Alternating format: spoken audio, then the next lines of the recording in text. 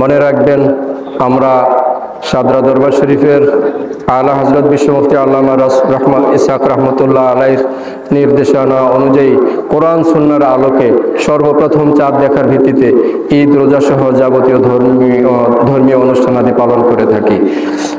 সারা এই গোটা একটা পৃথিবী, এই একটা পৃথিবীর জন্য একটাই চাঁদ, একটা পৃথিবীর জন্য একটাই সূর্য, একটা চাঁদ একটা সূর্য দিয়ে সৌর ক্যালেন্ডার তৈরি হয়ে সারা পৃথিবীতে সেই ক্যালেন্ডার হিসাবে কাজ চলছে।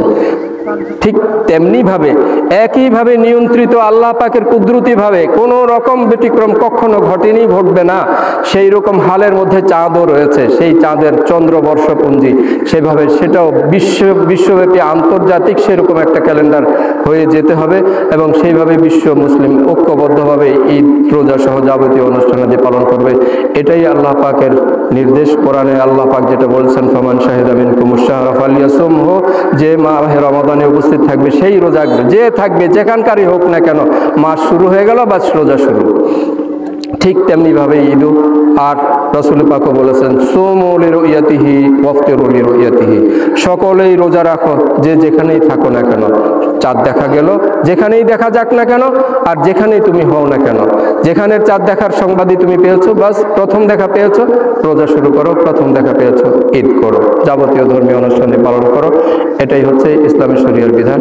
আল্লাহ পাক আমাদেরকে বুঝার তৌফিক দেন। আজকে আল্লাহ পাকের মেহেরবানি, সাদরা দরবার শরীফের আলা হযরত পীর সাহেব কেবলার ডাকে আহ্বানে গোটা দেশে যদিও বিভিন্ন রকম বিভ্রান্তি আছে, এই অবস্থাটা আল্লাহর রহমতে প্রসার হতে হতে, এই হক দাওয়াতটা প্রসার হতে হতে এখন সারা দেশ জুড়ে অনেক অসংখ্য জেলায় জেলায় আল্লাহ পাকের মেহরবানি সর্বপ্রথম চাঁদ দেখার ভিত্তিতে ঈদ রোজা পালনের এই শরীর হক বিধানটা চালু হচ্ছে।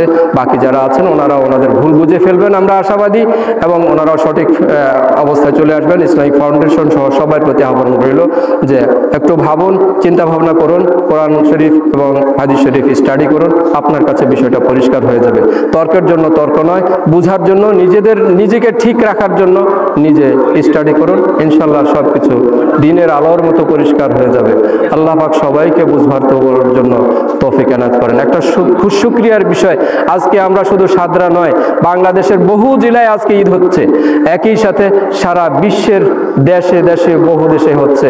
কোটি কোটি মানুষ মুসলমানেরা আজকে ঈদ করছে, আমরা তাদের সাথে ঈদ মোবারক জানিয়েছি, ঈদের নামাজ আদায় করছি। আল্লাহ পাক কবুল করেন। বাকি বাংলাদেশের যারা বাকি আছেন ওনারাও ইনশাল্লাহ ঠিক হয়ে যাবেন, আল্লাহর কাছে দোয়া করছি। আল্লাহ পাক তৌফিক দেন। আমিন আমিন। আসসালামু আলাইকুম ওয়া রাহমাতুল্লাহি ওয়া বারাকাতুহু।